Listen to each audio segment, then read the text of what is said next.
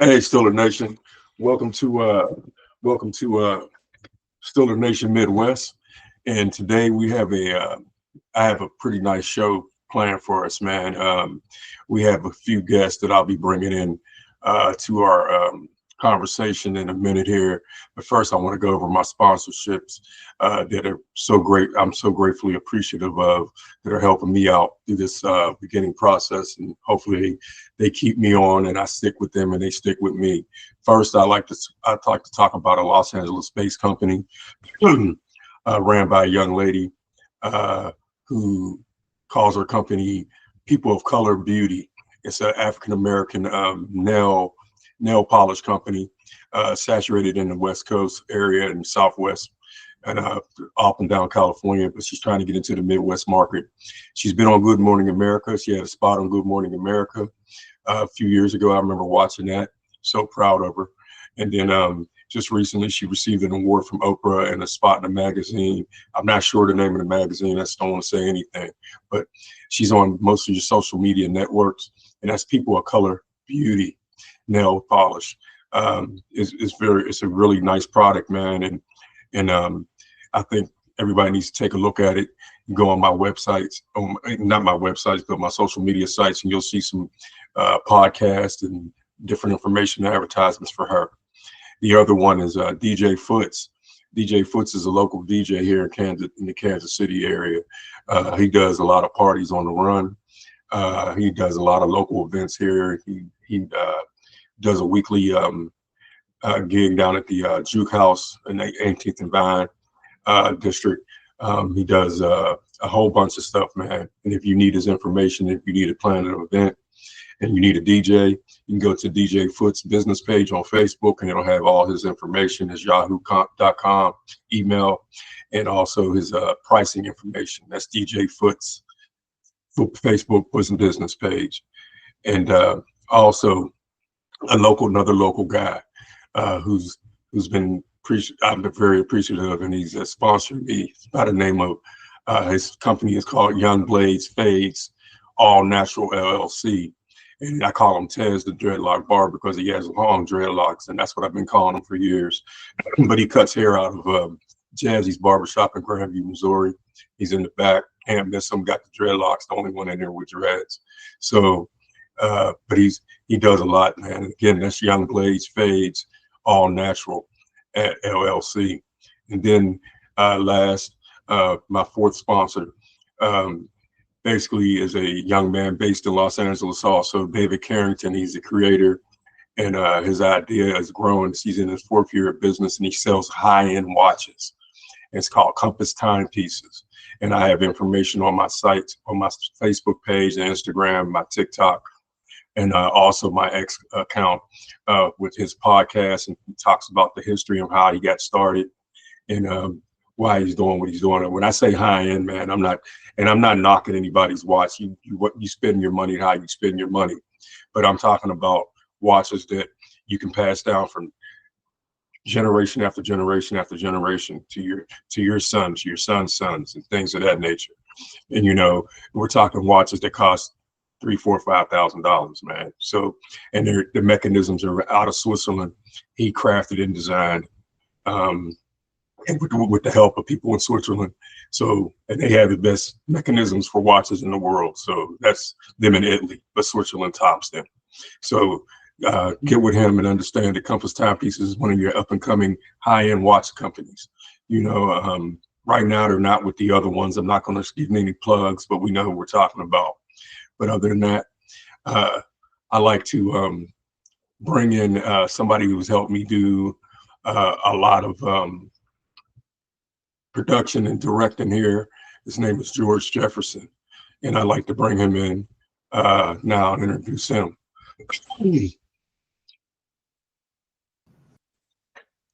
Can we bring you in? Hello. Hey. How you doing, man? George, introduce yourself and tell them what kind of fan you are. All right, my name is George. Longtime Broncos fan since like 98. I was in the third grade at the time, Terrell Davis era, John Elway, young guy just falling in love with the sport. It started with the Terrell Davis jersey. So I'm here. You know, got the chance to see the Broncos and the Steelers start off the season earlier on in the year, and we know how that went. So we won't spend too much time on that at the moment, but it's been a great season. Two great franchises. It's just getting started. Thanks for having me. No problem. I'm glad to have you, man. And this guy, I need a guy like him, man, because he's so knowledgeable. He tells me, he said he's at the baseline with the IT stuff. I don't agree. He does stuff for me that over the phone, walks me through stuff I should know, and he helps me out. So I thank him for this production today. Next, I'd like to bring in Starch, opponent of the Pittsburgh Steelers. Me and him used to go back and forth all the time. I remember the conversation we had about a quarterback being better than one quarterback. He might remember this when I said RG3 and Kirk Cousins of DC, and I said Kirk Cousins was the better guy. Ryan Heffley, bring him in, please. You ain't gonna let that go, are you, man? Nah, good. How you doing, man? I'm great, man. Thanks for having me. I appreciate it.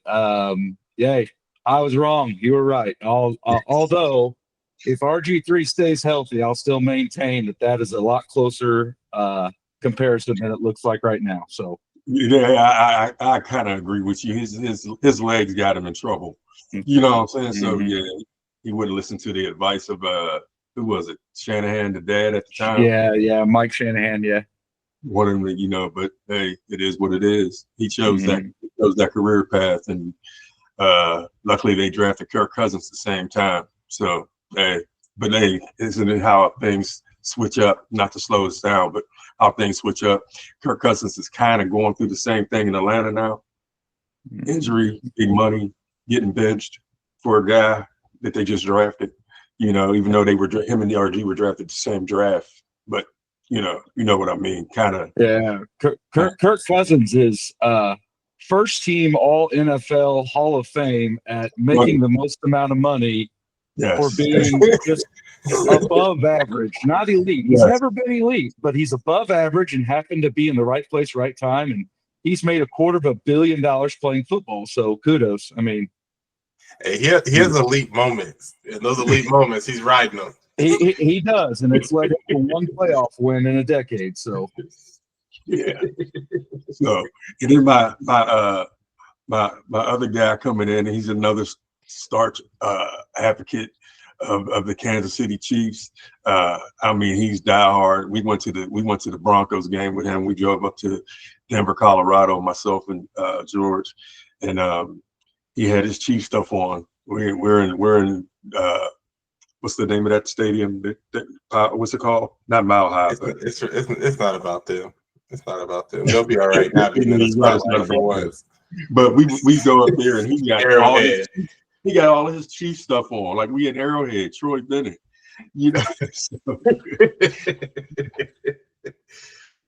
So yeah, we're gonna have some fun with this, man.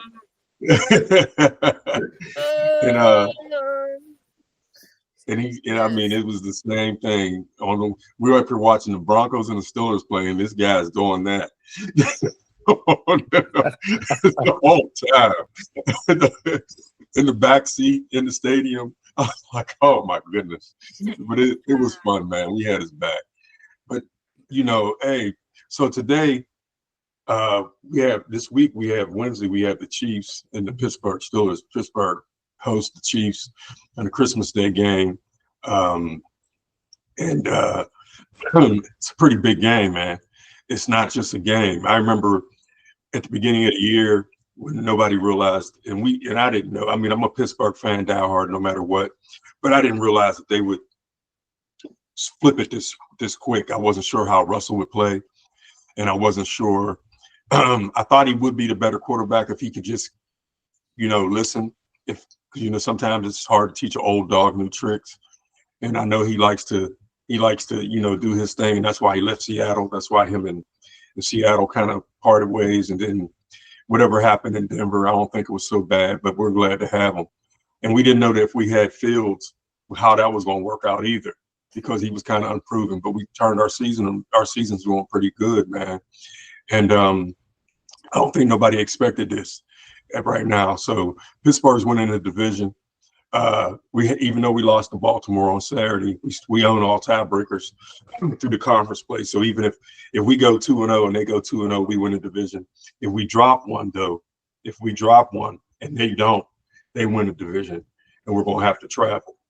And we're gonna have to travel. Like we'll probably be coming back out here. So, well, no, we wouldn't, because we would be fifth. We would fall to fifth because Houston would win their division. You know, the Chiefs, on the other hand, it's been one of those years for them, man.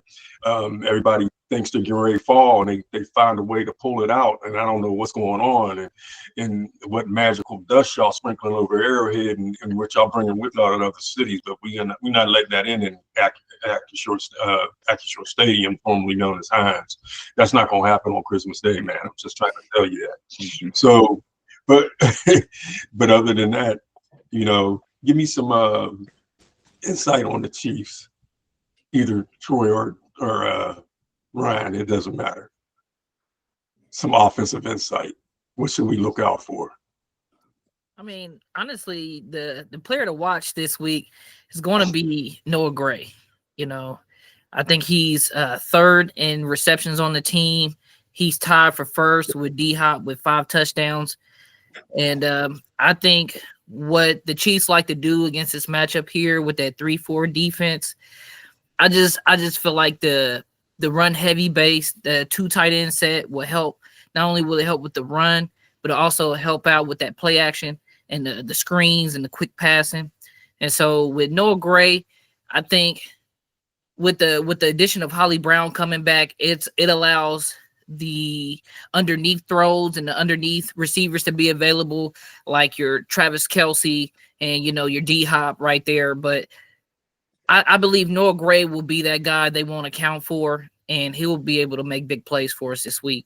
So offensively, Noah Gray. And I'm going to say kind of not any one guy, but getting Hollywood Brown back is huge. Like it's enormous. And the other thing that they've kind of quietly done, if you're a Chiefs fan, I think you might have paid attention to this, but the rest of the league hasn't. We had just a heck of a time at left tackle. We've run through 3 different dudes out there. And the guy we just signed he played for the Panthers last year, Singleton, I believe is his name. He played like 20 snaps, so I haven't learned his name yet. But he wasn't much better, so they moved out their all-pro left guard Tooney out to tackle. And in 45 snaps in the last 2 games in pass pro, he's given up 0 sacks and only given up a handful of pressures and really solidified that. And the guard they brought in for him has been pretty solid. His name is Mike Caliendo, and he's been pretty solid too. So having Hollywood Brown and then solidifying up front and giving our quarterback some time, because I don't know if you guys pay attention, Jefferson and Jennings, as far as the Chiefs quarterback Mahomes has been hit and hit and hit all year long. I mean, I feel like he's running for his life. And some of that is kind of his own doing. I think he's kind of gun shy in the pocket, kind of abandons it a little bit sooner than he should, at least early in the season.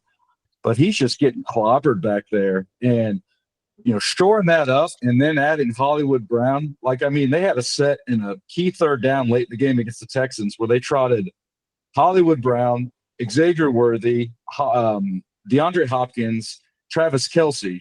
Those are 4 dudes out there. Those are 4 guys who can catch the ball. Those are 4 guys that can get open. And they just haven't had that really in the last couple of years. And it's in a way, they're kind of getting healthy on offense at the right time. So, and with the Steelers down potentially 2 of their top defensive backs, their 2 top corners, like that's a big deal.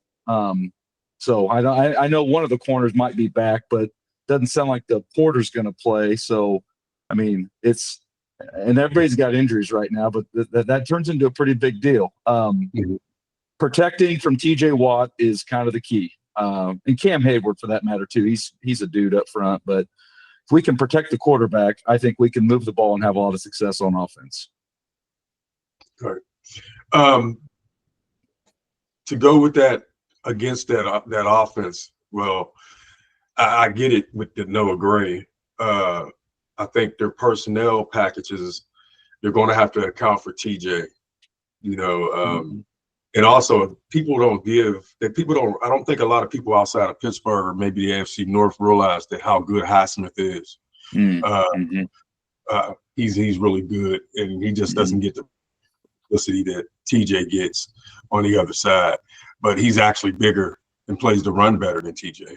Herbig, that second-year guy out of Wisconsin, he's really good too, but he's more of a pass rush specialist. And his run stopping ability, he's kind of slight as a linebacker, outside linebacker. And I mean, he's a physical guy, but still, I mean, we know that if you play this game, it matters sometimes with some weight. You know what I'm saying? And when you're outside linebacker and you're undersized, the left tackles can have their way and the guards can have their way with you. You know, it's kind of hard. So against the run, but I think that they'll have to account for him. So Kelsey and Noah Gray and them just floating out into the scenes, I think is going to be a problem unless they plan to do something with the backs, your offensive line slides or anything like that.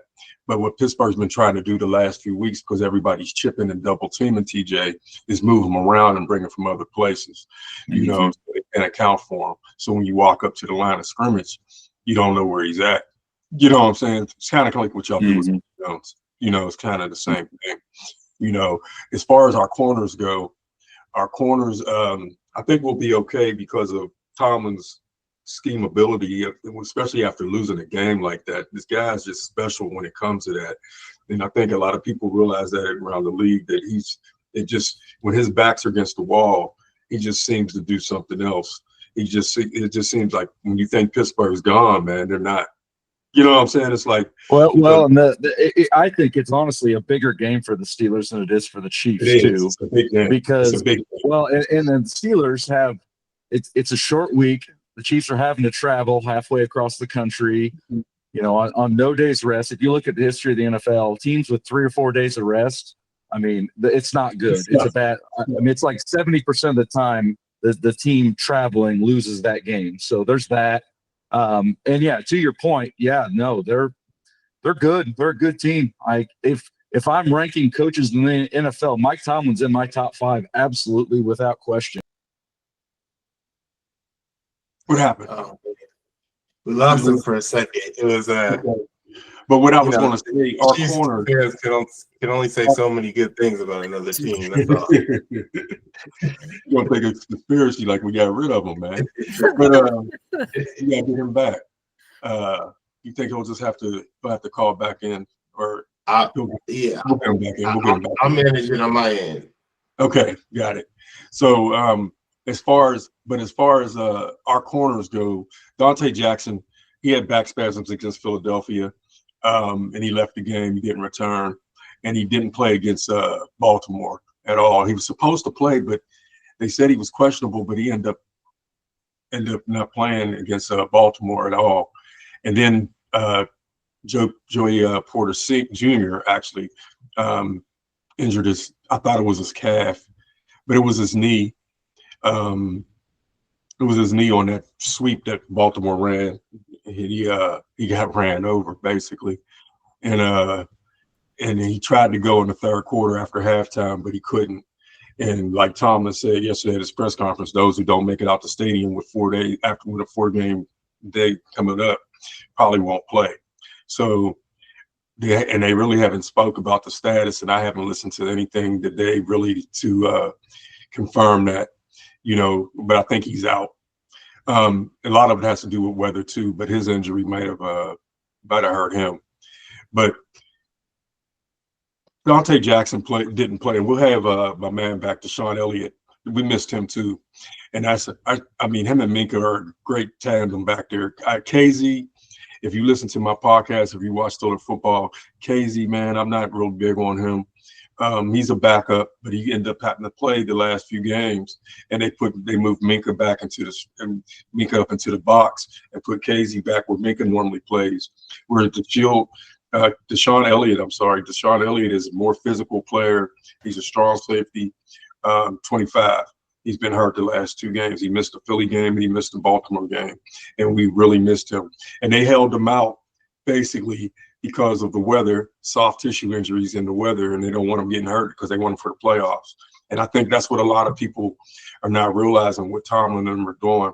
Some of it, like with Joey Porter Jr., it is what it is. He did get hurt. So, but Pickens, Elliott, people like that, they could have played, man. They could have played. And if it was the playoff, they would have played. You know what I'm saying? So, but other than that, I just feel that Pittsburgh offensively, when we talk about offense now, and I get it. I get what the Chiefs would do. And I agree with you. I would do the same thing. Especially, I watched Hollywood Brown the other day, that first game that he was back, and he was getting open, man. And I don't know if Houston didn't account for him because he hasn't been there, or it's just the wow factor because there's too many people out there that can get open that Houston's defense didn't really know how to deal with. You know what I'm saying? So I think you got to mix it up against them. I think you have to mix it against Mahomes. You can't just sit back in zone. He'll pick you apart. Kelsey and them are really good at sitting it down in zones and finding the open areas. You have to mix it up. We're going to have to come at him. I think we're going to have to treat him. We're going to have to constrict him to the pocket and force him to do some things that he doesn't want to do. Because I'm noticing that people are getting pressure on him, and we're probably one of the best teams to get pressure with. In the league. So if they can do it, I know we can. And he's got to watch for that. That's something Kansas City has to watch out for. I think we'll win that battle, especially at home. And if we get up, or if they get a turnover, and we're in Pittsburgh on Christmas Day, man, it's going to be tough for Kansas City. It's going to be tough. I'm telling you, because I can tell you right now, it's going to be backed up there. It's going to be a playoff atmosphere because the Chiefs are good. They're the defending Super Bowl champs, and Pittsburgh is at home, and they know they need this win. So it's going to be a battle, man. I really believe that. I'd be shocked if it was any other way. I'd be shocked. Well, that's something interesting for you. Okay. Go ahead. It's so right now Kansas City is the third highest scoring defense. So it's Chargers, Minnesota, Kansas City at 18 and a half points per game. The Pittsburgh is at 19.9 points per game. So they're pretty close. They're within a couple slots of each other. And I've been watching this over the last few weeks and watching it swap. Kansas City's really fighting and staying up there. Over the last 3 games, Kansas City's only allowed an average of 14.3 points, which is the best in the league. So something's stirring up over there.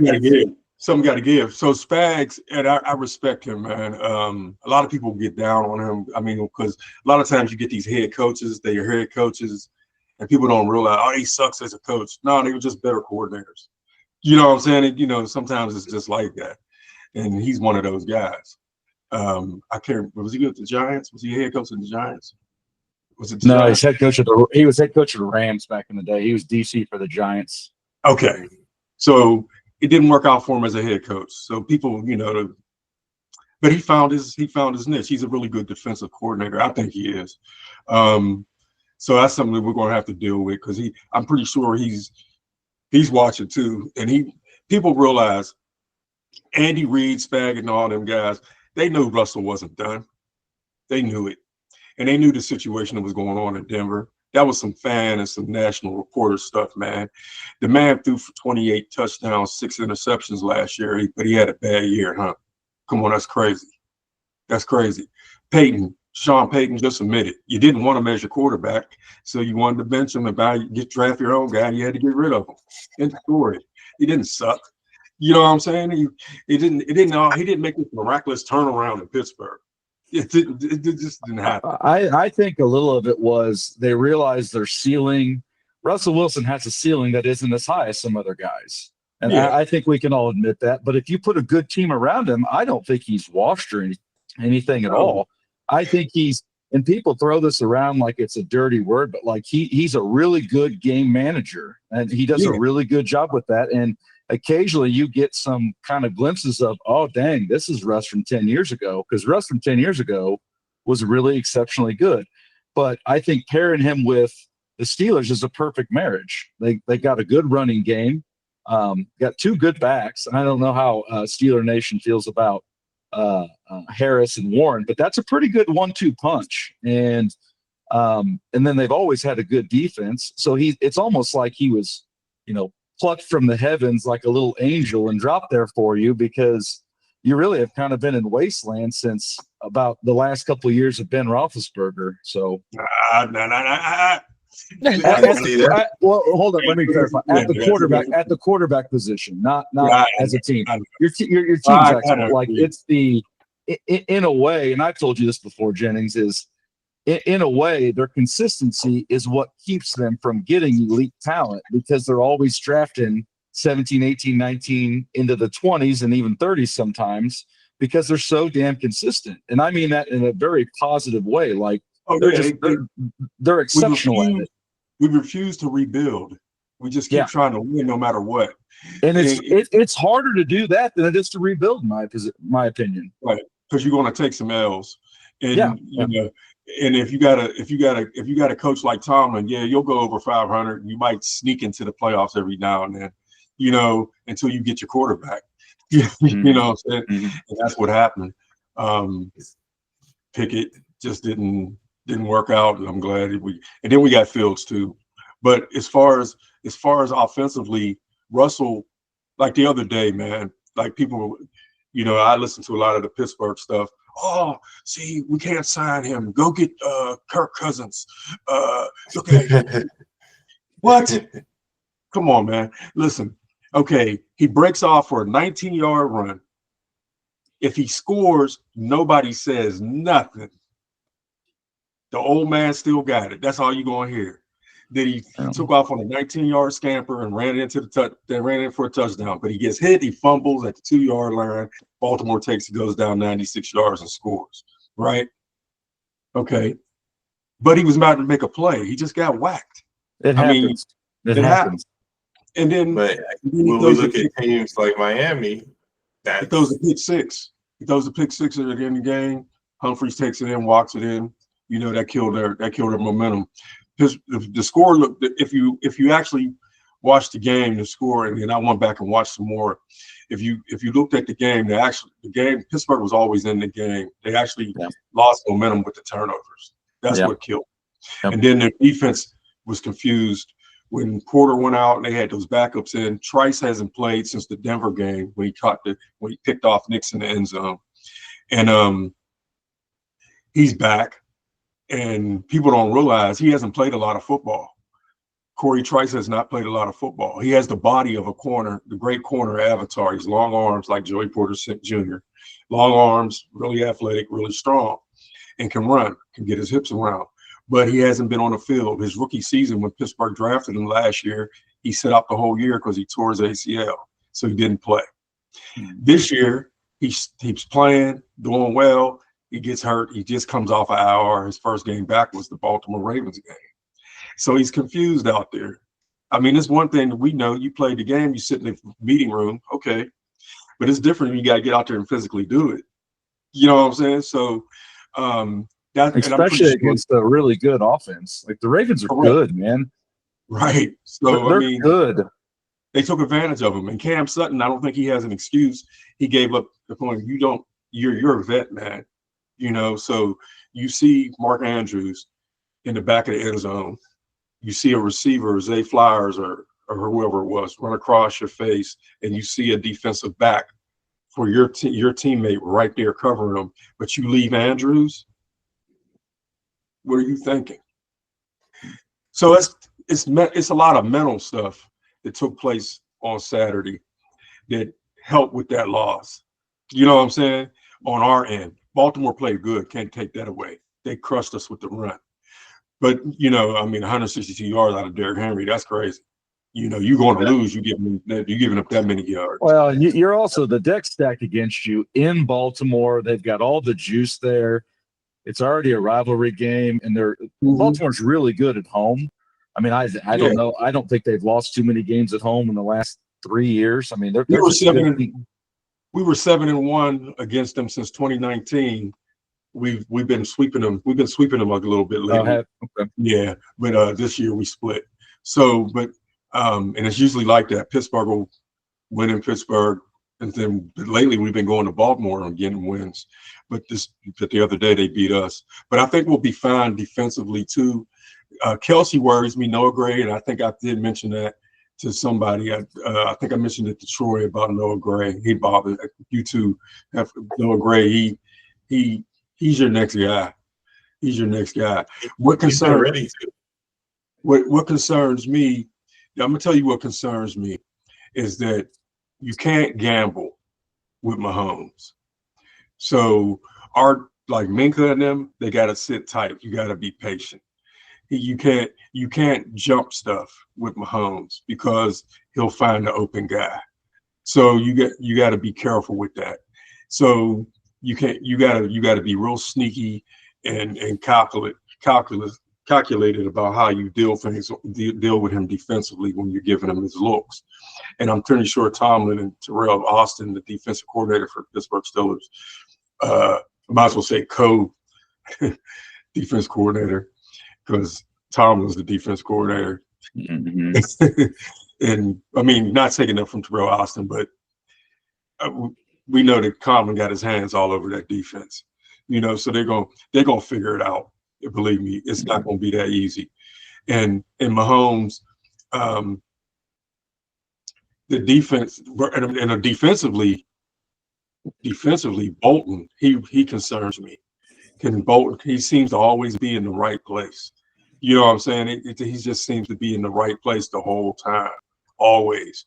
And Chris Jones, they're moving him around because he's getting double teamed too. So they got to move him around. You know what I'm saying? Our offensive line is young. Big Dan Moore, he's cool.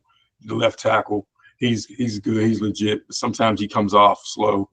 Salama out of Philly, the guard, he's a pro. He's good. Zach Frazier's a freshman, a rookie, but he's playing well. And then you got Mason McCormick at the right guard spot. Technique out of South Dakota State. Technique. He wasn't supposed to start this year, but when James, what's his name, the guard, our guard, he tore his ACL, starting guard for Pittsburgh. I can't think of his name right now, but the rookie had to step up, Mason McCormick. But he has some technique issues, but he's strong and physical, but he just has technique issues. And defensive tackles take advantage of that sometimes. And then you have Broderick Jones on the right tackle spot, who's also young, second year out of Georgia. So we got a young offensive line, but we got Big Dan. Call him Dan Washington, the tight end. You might see a lot of 13, so, on the offensive side. So I think we'll be okay there too. You might see some 13, but we'll probably run a lot of 11 and 12, most likely. But I think with Arthur Smith, we're going to see some 13. He loves his tight ends. You know what I'm saying? So we'll definitely see it. And then we just got to get our passing game going, And I just think Kansas City they'll struggle with that a little bit if they can't get pressure on Russell and can't stop the run. If they have trouble stopping the run, Pittsburgh's going to have their way. Well, I think, are you talking, was it James Daniels? Is that what you're talking about? That's him, James Daniels. Oh, yeah. Yeah, he's solid. But he's hurt. The big question, Chris Jones isn't practicing again today. I'd be surprised if he plays. Honestly, he's playing. I don't think he is, because I think in their mind, this game, if they won, it's great. It's bonus. They don't need to win this game. They need to win one of the next two. I think, no disrespect to Jefferson, but I don't think the Broncos are near as tough as the Steelers are. There is some familiarity, I think, playing within your division to put all your eggs in the Broncos basket. So I don't think they're going to punt the game. I just think it's kind of a shift. And I think as a Steelers fan, even a Broncos fan, you guys had sustained success as far as past years. I'm kind of like, we're getting ready for the playoffs, man. If we're the 1 seed, great. For the 2 seed, fine. They've already proven they can go on the road. I think it's more about getting guys healthy, and I wouldn't risk it if I was them. And Chris Jones is. I'll say this, and I'll fight any of you on this. He's the best defensive tackle in football right now, and there's some other good ones out there, but he's first in pressures. He's first in quarterback knockdowns. He's second in win rate. I mean, he's exceptional. Like, he is. Without him, I do worry. I think the Chiefs will stop the run, actually, because I think they've been pretty good at that all year. We haven't really been gashed with the run. I worry about getting pressure, and especially if Pickens is going to play, because I think they'll put McDuffie on Pickens a lot, and McDuffie's been really good at corner for us this year. He's playing Pro Bowl level, but we can't cover tight ends to save our life, and Freiermuth's going to have about 8 catches for 110 yards because we always suck at covering tight ends, man. We're so bad at it. So that's kind of my big concern, I guess, is because I think across the board we've been pretty healthy and we're getting some guys back. Amenahue is huge at defensive end because it gives us another pass rush threat. Karlaftis has had a pretty good season.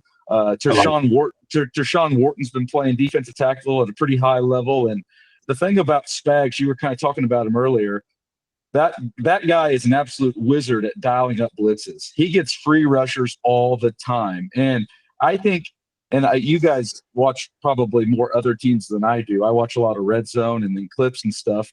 I don't know if there's a defensive coordinator who brings more corner and safety blitzes than him. I mean, they'll bring double corner blitz at least once or twice. You'll see that. And then you'll see safety and corner blitz. And they just do a really good job of kind of messing with protection and getting free rushers and making it hard on the quarterback. Now, Russell Wilson, yeah, he's seen pressure before. And I think highly of Arthur Smith. I think he's a good OC. He had the Titans rolling back with the Derrick Henry days in late 90s, early 2000s. He made Tannehill look like an all-pro, didn't he? Yeah, yes, he did. Yes, he did. And Russell Wilson's a way better player than Tannehill ever was. Those blitzes work without Chris Jones. That's that's kind of what I was getting to is I don't have an answer for that because we haven't seen a lot of that. I mean, Chris Jones in his career in 10 years, he's only missed 6 or 8 games. I mean, he just doesn't miss a lot. And that's part of the reason why I was kind of in favor of paying him. I don't like paying guys in their 30s, but he's been remarkably durable and able to stay healthy. And I just can't see them rushing him back on 4 days for a game where I don't want to say it doesn't matter because it does. Every game matters, but if they win one of the next 2, nobody cares, I guess, so to speak. Well, the reason I think it matters to y'all is because, I mean, I get it. I know that you're just familiar, that y'all, I don't want to say disrespect Denver, but Denver looks a lot better than they did at the beginning of the year. I agree. And I remember just sticks in my brain, man, about that day I was watching the Baltimore Ravens play Pittsburgh, not this game, the first game. And they played Denver the same day. And I'm watching the Ravens game, Pittsburgh Steelers and Ravens game. And I'm not watching the Chiefs game. I got the Chiefs game on my phone on Bleacher Report. I'm just watching the stats. And I'm thinking, are they in Denver or what? Because, okay, Denver about to beat these dudes for real. I can't remember how many games into the season it was, but I'm like, Peyton turning them around. And that's a rivalry. Yeah, it is. It's a rivalry. It's like Cleveland on top of that. Yeah, it don't matter. The records don't matter. But let's be honest. Yeah, the Chiefs are going to sit Mahomes next game. They're going to sit Mahomes. For sure. And so this game. The Broncos are hopefully going to march into the playoffs. You got to go to Denver. You got to go to Denver, right? Mm-hmm. Let Patrick Mahomes rest. Let DeAndre Hopkins rest. Let them guys rest. No. No. I'm about to listen to me. Hear me out. Okay, so this may not even happen. It may not matter. But you still got to play the Chargers and you still got to play Denver, right? Am I right? Who? The Broncos? Chiefs. What? Oh, the Chiefs. No. The Chiefs are done with the Chargers. Steelers and Broncos. We only got 2 games left. So y'all got the Chargers. Y'all got Denver and us, right? Mm-hmm. So if everything works out for us, and then y'all got to go to Denver, right? Yeah, Denver next Buffalo's week. right behind y'all, two, and they own the tiebreaker. Y'all want to win. Yeah, for sure. That's why this game means a lot for us. Yes, you know, as well as it's Pittsburgh. That's why I think Chris Jones will play halfway. That's what I was getting at. That's the only reason I'm thinking, because I don't think I hear you. This great. Then we get the rest. You know, but and then Pittsburgh, I know how we feel. We got to play. Right. You know what I'm saying? You know, we have to play. We got to play. I mean, we can sit at 3 and stay at 3, and we're fine. We get to host one game. We get to Harbaugh and then probably coming to Pittsburgh again, or we got to go to Denver. We're gonna probably have to go somewhere and play. Whoever's in that other spot, whoever takes that other spot that we would flip would probably be Baltimore. We probably have to go back down to Baltimore. You know what I'm saying? Because we would avoid the Chiefs in Buffalo at first, because we would finish 5th. So this because the 7th seed. You probably would get the Broncos looking at it, because I think the Ravens. I mean, just kind of playing out the rest of the schedule. I think the Ravens will probably win their last 2 games. And then they play Houston. And the Houston on the road, like, that's a tough game. I mean, it's the same thing I'm talking with the Chiefs. You go 4 days on the road against the playoff team, and Houston's good. And I'm more encouraged after watching the Chiefs Sunday or Saturday against Houston than I've been in a while, because I think the Chiefs actually kind of started to look like their offense was put together. And I thought they played pretty good defense against a really good Texans team. And I know Tank Dell went down, but I still believe Tank Dell plays the rest of that game. I think the Chiefs still win. I think they still find a way, because I think their offense was clicking. I think this game, of course, this game matters. And of course they're going to try to win it. I'm just saying, I don't think they're going to push all their eggs into this basket. And because if Chris Jones tries to play, re-injures his calf, and then is out for a month, well, that matters a lot more than having a home field playoff or home field throughout. Like, that matters a whole lot more.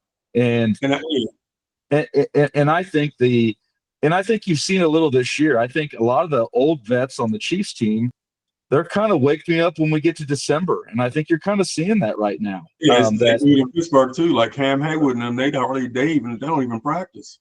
No, and I think the Chiefs are. I mean, it's got to be human nature that, you know, they've won 2 titles in a row. Last year, they really just turned it on around this time, because they lost Christmas Day to the Raiders last year, and they've been, you know, just kind of. I feel like it's just kind of on autopilot. I mean, and I feel like you get moments and you'll get quarters where they're exceptional, but never a real full game. The Texans game was probably the best they've played in 2 months.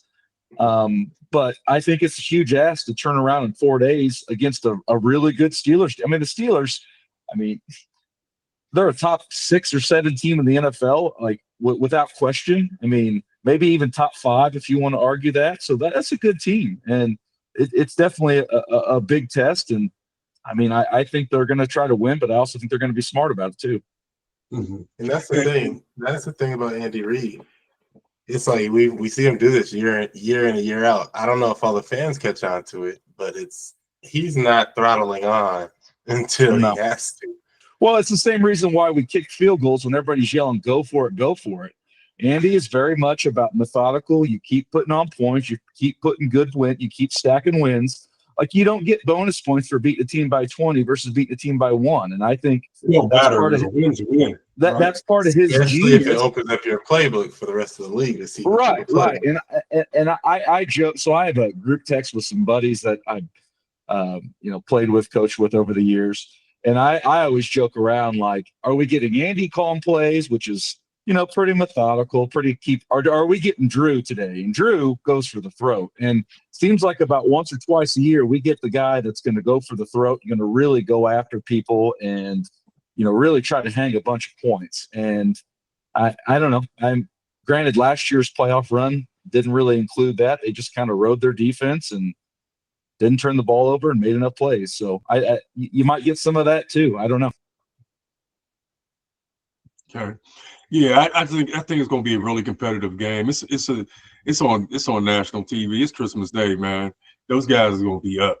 I think both teams are going to be up, and I think you got two really good coaches. So you got scheme, you got two good defensive coordinators, you have two good OCs, two good head coaches, special teams. Both teams have great special teams. Pittsburgh loves to force you to turn the ball over. They force turnovers, not just picks. They're not just lucky picks. They're, I don't know. And everybody's doing it. It's not just a Pittsburgh thing, but you could tell that all the teams around the league are teaching this in ball security or, to defensive players, or vice versa when you get a pick and you're trying to get the ball back. These guys are loading up. If you ever seen T.J. Watt or Highsmith or came here, they actually they ball their fists up and actually punch out the ball, and Pittsburgh's really good at it. That's why they lead the league in takeaways, So, if your ball security is not good, especially against them, you think you wrapped up, and now you're not wrapped up. And then we know that depending on what crew it is, the whistles don't blow quick. Even though now we'll say that for Mahomes, they blow kind of quick. He gets everything right. He don't have no intentional groundings. He don't do none of that. He don't do nothing wrong. But not just having some fun with that. But hey, no, disagree. I think it's a very fair whistle every time. No, I mean, I think you're right. He's earned that right. And I think all great quarterbacks do earn that right. Because I remember saying the same thing about Ben and Tom Brady and Peyton Manning. Just getting so pissed because they'd get these calls. And it's like, all right, so. Has Lamar gotten there yet? He gets calls. He gets calls. Lamar's kind of physical against him. I was going to say, Lamar's kind of interesting because I don't think he gets as much calls because he runs so much. Right. Like, I do think like there is something to that and I think Jaden Daniels is going to battle that as well. He doesn't run it quite as much as Lamar, but having a very athletic runner who plays quarterback, because I mean Lamar's a running back who plays quarterback, and that's not a disrespectful thing. I'm saying that he's good. He's a good. He'd be a good running back in the NFL. That's what I'm saying. But like, yeah, I think that sometimes those guys you earn the right to not get calls for you and to get calls for you. Yeah, it's true. It's true. Yeah, I don't know. Josh Allen gets in. Josh Allen gets. Sometimes they don't give him his calls either. Who? Josh Allen. But Josh Allen is the biggest. Guy. He's a running quarterback. Well, hold up. Josh Allen is like Lamar, but he runs. I'll start by saying a positive. Josh Allen is exceptional. He's playing at an MVP level. He's very, very good at selling calls too. Like there's a lot of times that I'm like, bruh, he barely touched you. Come on, man. Like, but that's part of the game too. Like I get it. And he's big like Ben was, right? He's 6'5", big guy. Yeah. And referees kind of officials don't really, big guys don't get calls. He's been before Ben found the taco buffet and put on about 30 extra pounds. Right. Yeah, I mean, because Ben didn't get calls either. I remember when Aloha Nada broke Ben's nose, man. Yeah. Broke his nose. Yeah. It was crooked on us. It was crazy. Like it's not roughing the passer for real. It's not roughing the passer. He's a dang old lineman back there throwing it, man. You got to hit him harder. So just know, the way it stands now, it's Chargers. It looks like it'll be Chargers Steelers in the wild card round. If it stays the same. If it stays the same. Oh no. That's what they said. If it stays the same, Pittsburgh doesn't drop out of 3, the Chargers will come to Pittsburgh. Hardball will have to come back up, come east again. I don't know. Take another L. Yeah, I wouldn't want to play a hardball first in the wild card round. He plays the same style as Pittsburgh. We do it better though. It's the exact same style of football. I would agree with that. Wants to run. He wants to pound the ball, and then he lost one of his backs, his best back, Dobbins. He's hurt for the year. He's gone again. So Baltimore got rid of him in the first place. Huh? They still got Edwards, yeah, but he's not Dobbins. But he's good. He is good. They both played together in Baltimore. They were 1-2 punch there. So now they're in Los Angeles. They're in Los Angeles with the Chargers. But we're not concerned about them. I'm gonna tell you who I liked the other day. I watched, and I didn't realize he was playing so well for y'all. Maybe he just had a great game. His P. Ryan, is that his name? Oh yeah, Samaje P. Ryan, yeah. He come from Cincinnati? Yeah. That's what I thought. Last year, I think, and then Cincinnati. What were they thinking? That guy can run the ball.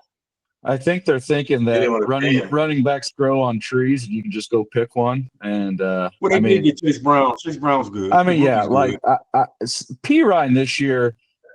I can't. I mean, I don't know his stat. It feel like he's had 3 or 4 kind of big-ish plays for us. He had a real good blitz pickup against the Chargers, where he put Derwin James on his butt and kind of let Mahomes escape and make a big third down completion. So I guess to your point, yeah, he's had kind of a big play in each of the last 2 games, and I think him with Kareem Hunt for short yardage, and then Pacheco is your everyday down back. I'm not as high on Pacheco. I think he's good, but I also think he's just a guy. Like, he's not Barkley, he's not Derrick Henry, he's not Christian McCaffrey, he's not one of those elite guys. Is he though, or does he just look like he's fast because he looks like he's trying so hard? Because I don't think he's that fast. And that's the thing, though. He does bring effort. He does bring effort. He does bring agility. They play a lot of screens. They run a lot of screens with him, don't they? Yeah. I mean, kinda. I think he's the Alvin Kamara. Yeah, go easy there. I think he's the Walmart Great Value version of Alvin Kamara, if you want to go that comp. He's a fine player. If they re-sign him for anything more than like very reasonable, I'll be disappointed because I think he's very replaceable. So that's no disrespect. He a free agent after this? Coming from the outside, he's got 1 more year. From the outside looking in, that makes sense to me because it seems like every back that the Chiefs have put back there for I don't know how long has got the job done. McDuffie's on the one side. Who's on the other side? And who's the safeties? Joshua Williams.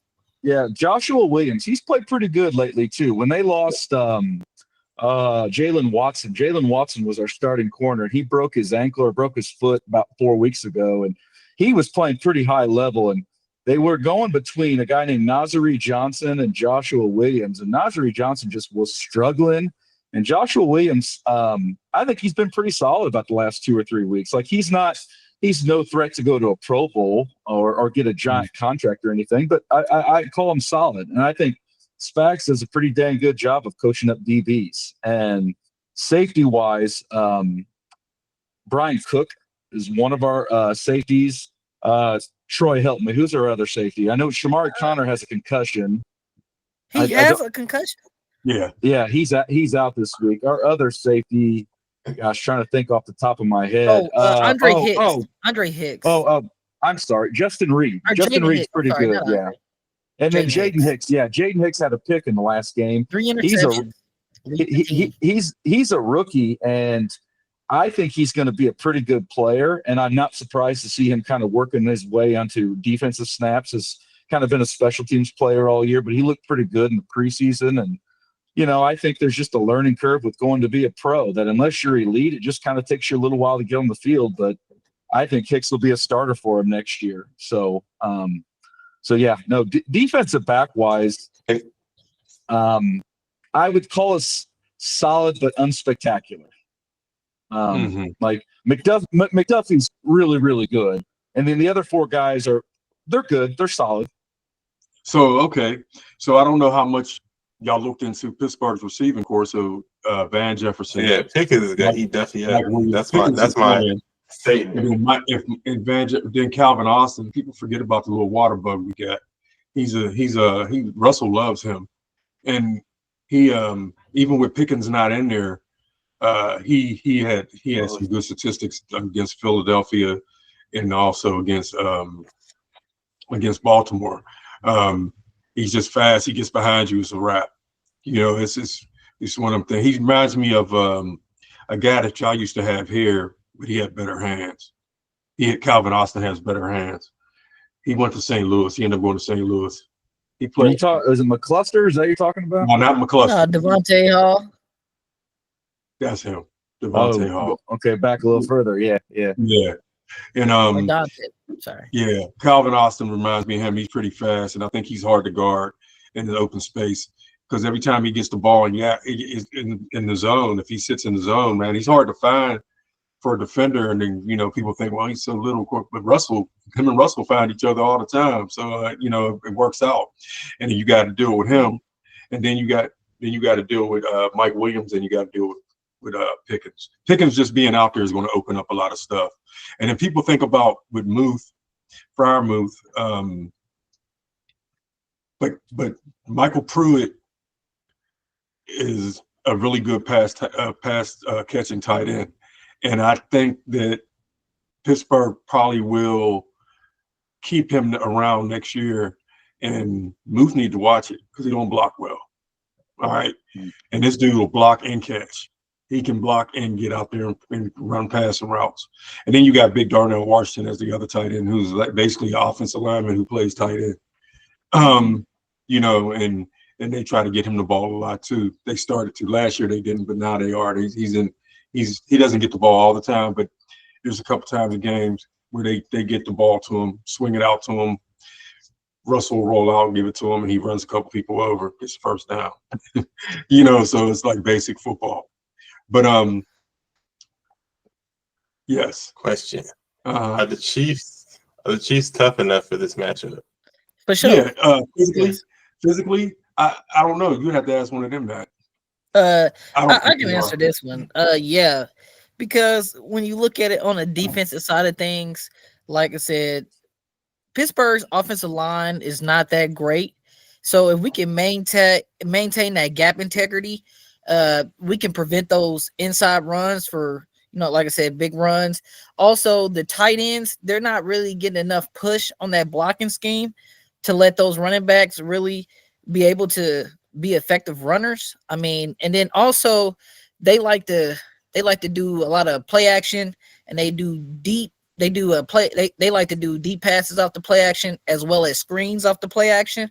So really just pressuring that quarterback, disrupting the timing and the play for everything to develop. I think the Chiefs can get that job done because Spags, like I said, he dials up those blitzes, and I believe we can disrupt some of that stuff that Pittsburgh like to do. So, and I think they're 14-1 as the two-time defending champions. Yeah, they've played in bigger games than this, and they've beaten 5 playoff teams already this year. So, are they tough enough? Sure. Does that mean they're going to win? I don't know. I'm probably going to lean towards picking the Steelers if I'm being honest with you, just given all the scenarios and kind of how things are laying out. But we're gonna do predictions before this is over. Okay. Well, then I'll hold my score prediction then. But Pittsburgh has struggled against Baltimore with gap integrity. Me playing defensive line, I noticed that right off the bat. I was like, man, I was pointing out to my son. I said, look at them. You know, I said the linebackers are catching because the defensive tackles are not staying sound. You know what I'm saying? They're not staying in the gap. They're losing their integrity. And you can't do that against Derrick Henry, man. You can't do that. You know what I'm saying? He's already going to force the issue. So, and if you're not staying where you're supposed to be at, that's going to be a problem. You got to take him head on. You know what I'm saying? So Cam Hayward is abused. He does his thing. But if a lot of people don't realize when he's not in the game is when we usually get gashed. You know, Keno Benton, the second-year guy out of Wisconsin, is really good. He's a good nose. But we've been struggling a little bit with Larry Ogunjobi, who was hurt against Baltimore, didn't play. And then Martavius Adams just came off injured reserve, and he's playing for Larry Ogunjobi. And Martavius Adams, his first full game was against Baltimore, and he didn't play well. You know what I'm saying? He was getting blown off the ball. you know, and things like that. I mean, and I'm not saying like blowing off the ball like you never play, but for a guy, you've been in the NFL, you're in the NFL, man, you not played for weeks. It's not going to be that easy. You're not going to just come in and get busy. It's not going to be that easy. You got to get your timing back. You got to, you know, a whole bunch of stuff you got to get back, you know. So I think we'll fix that. I know it's a short week, but it's just little stuff like, come on, man. You know, you got to stay disciplined. You got to stay disciplined. And with Mahomes, you got to stay disciplined. With a Kansas City offense, when you're going against them, you can't gamble. If you gamble, you better make them pay because you're going to pay. You know what I'm saying? If you don't.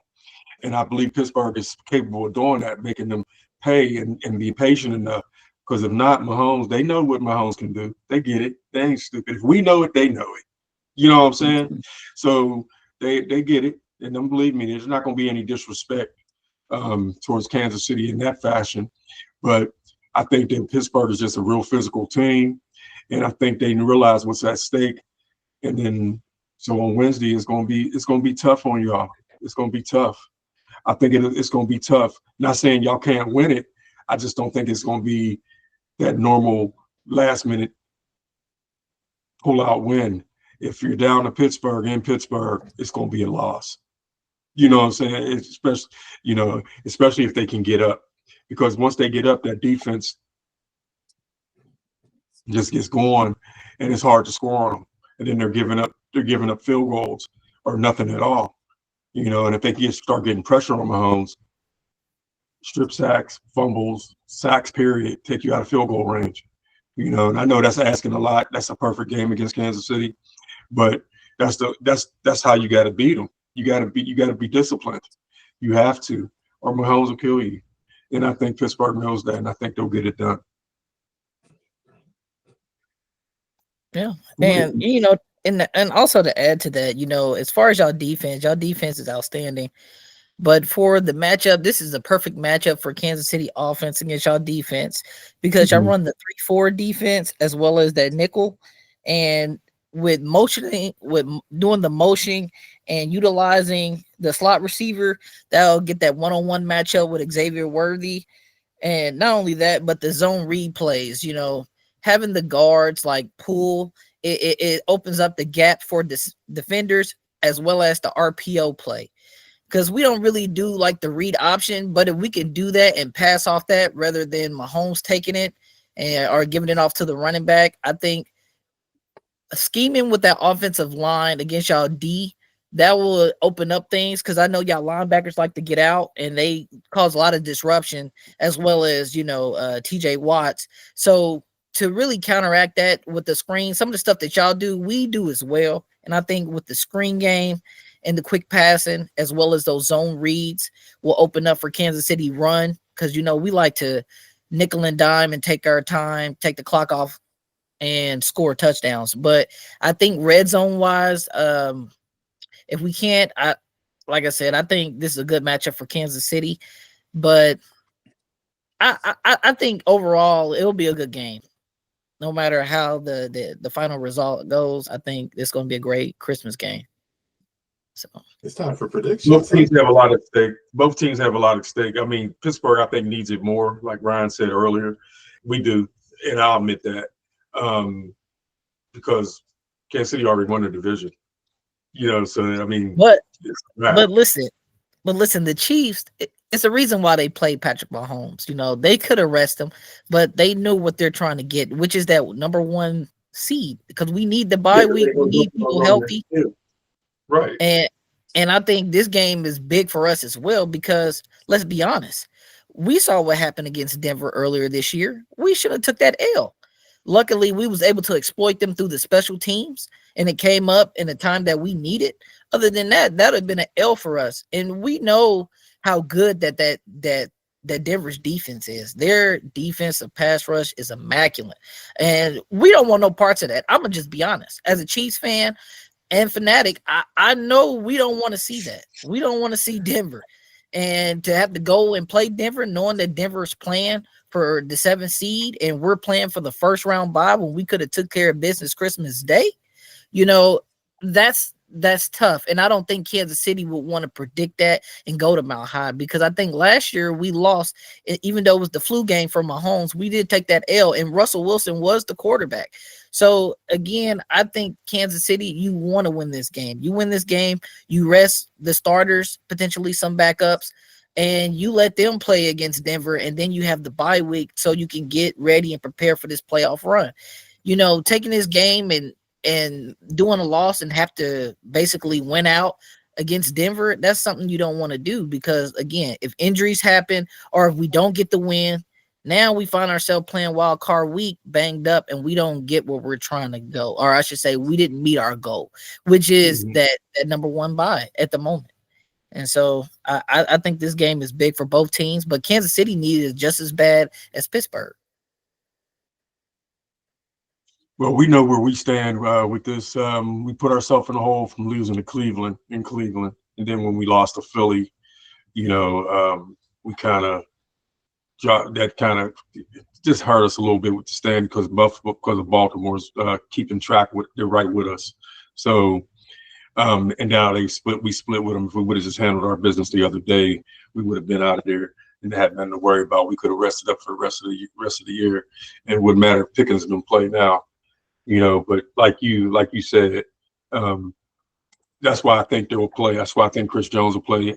And I kind of agree with the thinking, with the sentiment that if I was Chiefs, Mahomes wouldn't be playing against Pittsburgh. And I'm not saying it because I'm a Pittsburgh fan. I'm saying it because of his lower extremity injury. And we already have the number one seed. And more than likely, we're going to win anyway. So that's how I would think, is if I'm Andy Reid, we could put, what's his name in there? What's his name? Carson Wentz. Carson Wentz, yeah. And just have a good game plan for him. And you'll probably just run the ball down people's throat and hit Kelsey all day long. You know what I'm saying? And then they'll just change up the game plan, and get the win, and then they can rest on against Denver. It don't matter. But hitting Kelsey all day long isn't even an option anymore. That's something. Him and Noah Gray. I mean, you got the wide receivers too. I'm pretty sure Carson Wentz can do that at least. They're not going to beat Mahomes. I never liked that guy. Mahomes going to want to play. It's the top four teams in the AFC. They want to see. How y'all feel about him, though, man? How y'all feel about him? About Mahomes? No, Wentz. Carson Wentz. He's a game manager. It's just like another Alex Smith. He's able to work in Andy Reid's offense. If we need him to come in, I think he can get the job done with the game management, whether it be the run, the quick passes and stuff. The only thing is he can't tweak it like Mahomes can. He can't. He don't have the same vision that Mahomes have. And for instance, like that Travis Kelce, the Mahomes duo, like they know each other. Carson Wentz don't know Travis like that. They can't do certain things like that, and sit in them soft zones. And but he's good enough to win us a game. Now, him playing this game, no, I don't think he could win this game for us if Carson Wentz has to start this game. Not at all. Yeah, I tend to agree with Troy there that I think Wentz is a fine backup. I think he's solid. I hope he holds the clipboard the rest of the season. I don't have any desire to see him play anything meaningful. So he's playing week 7. He's playing week 18. I don't know why we're pretending like he is. Isn't there a chance? I'm glad you're on here, Coach, because I wasn't sure. There's a chance Denver's locked up their spot too, and there's nothing for them to play for either, right? Well, they need one win. No, there's 7. One win. Yeah, they need a win. They need Indianapolis. Indianapolis won. They need to win out. If Denver wins this week in Cincinnati, and it's the difference between a 5 seed and a 6 seed or whatever, is there really that much gained, or do you treat it like a true bye week and rest Nix and rest Sutton and rest some of your dudes? I think that if you're Jennings, forgive me. If you're Sean Payton, you want the Steelers in the playoffs, so you're trying to win games to get to the Steelers. Oh yeah, I can see that because you played against them. There's familiarity.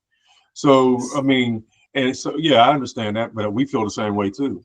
You know, we don't want the Ravens. I don't think we want the Ravens. Match up well. You don't match up well. Plus, you haven't seen them. Yeah, there's a way you got to deal with Lamar. We got blown out. It's like 41-10. There's a way you got to deal with Lamar. There's a way, and I think Pittsburgh will have to do the same thing with Mahomes, but a different way. You have to constrict the pocket. Mm-hmm. For me, it's a hard ball. You have to constrict the pocket. You have to constrict the pocket and force them to stay put. You know what I'm saying? And then you can force the spills out to your linebackers. You know, for me, but you can't. Like you can do that with Lamar. You can do that. You're playing both the hard balls. I don't feel like I'm not. It's not what is it, John and Jim. It's not a matter of which one. Like those guys are talking. They're sharing game plan. And that's been the issue.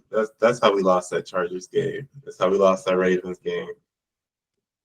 We'll take Mike Tomlin, and I don't bet against Mike Tomlin, but we'll take Mike Tomlin at least in the wild card round. I don't want to see the Ravens.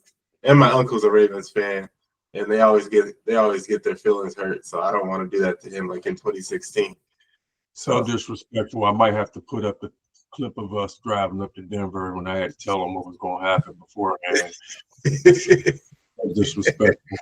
That was a different point of the season. See, a different point. Hey, y'all heard that? Hey, win a couple games, and all of a sudden, forgot where you came from. Russell Wilson wasn't out there. Russell Wilson, it's a different. You gonna get a little nervous. Wait a minute. Now you just said something. Think about what you just said. Russell didn't play against Denver. Yeah, all that willpower and determination don't hit the same when you at his point in the first 6 games. Remember, Pittsburgh was 4-2 without Russell. I hear you. Russell's doing his thing, but it's playing against the guy who used to coach you and knows what he was working with in his playbook. There's nothing wrong with Russell. I think Sean Payton did a lot of funny stuff. I understand that, but he also knows how to trap Russell Wilson. You don't want Russell, man. Russell, I think we'll be back for that conversation, and that'll be good. Everything works out. That'll be the next conversation. We're okay. So basically, we've been on here for some time, and I think the podcast has been great. I had fun with this, man. I really did. I appreciate y'all coming on here and sharing this podcast with me at Stiller Nation Midwest. And I look forward to Wednesday watching the game.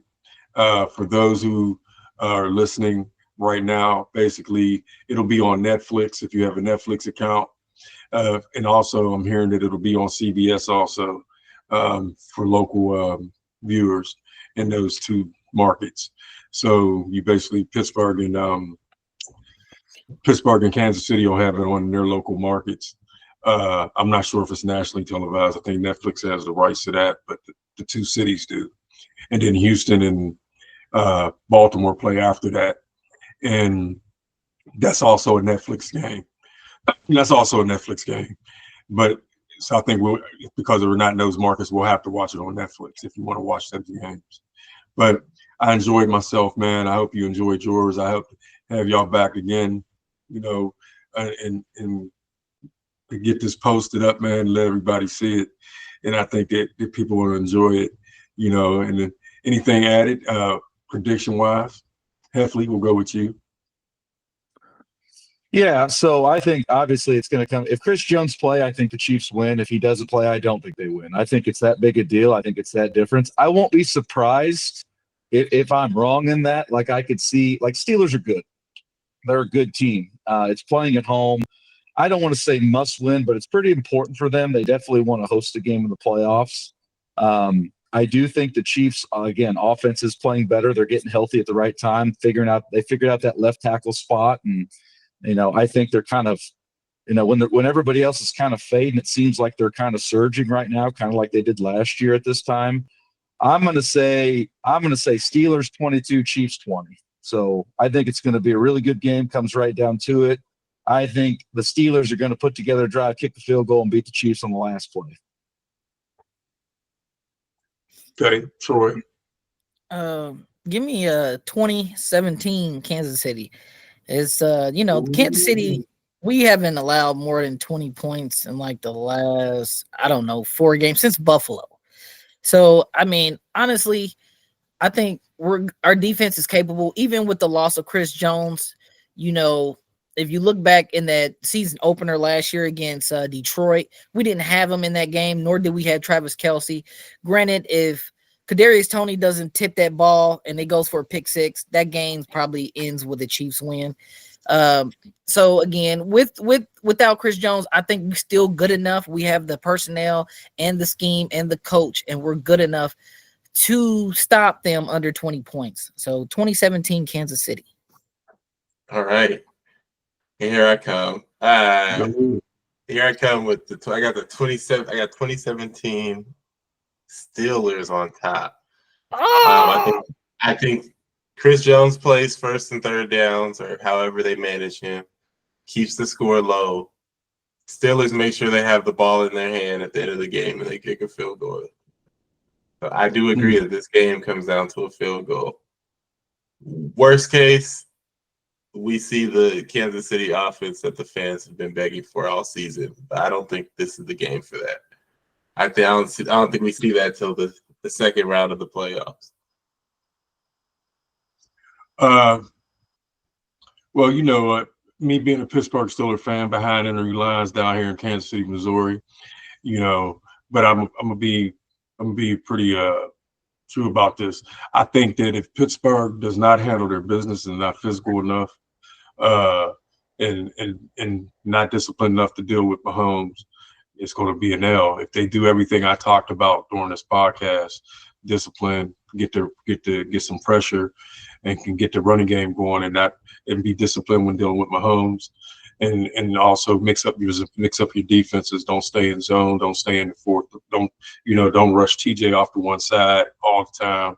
Do different things, different blitz packages. We don't bring the corner. We don't do like LeBeau used to do. We don't do that a lot anymore. But Minka's been known to blitz, and so is Deshaun Elliott have been known they've been known to come off the blitz and bring them up into the box to give them a different type of look. So if all those things work in a favor, I'll say Pittsburgh. I think it'll be a score in the 20s. I think that both teams are capable when needed to put up points. And I'm hoping for a low scoring game, but I just don't see it just because of the fireworks I think they're going to take place.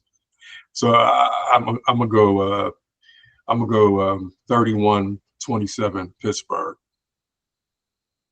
31-27. Chief giving up 30 points. At home. I just believe that.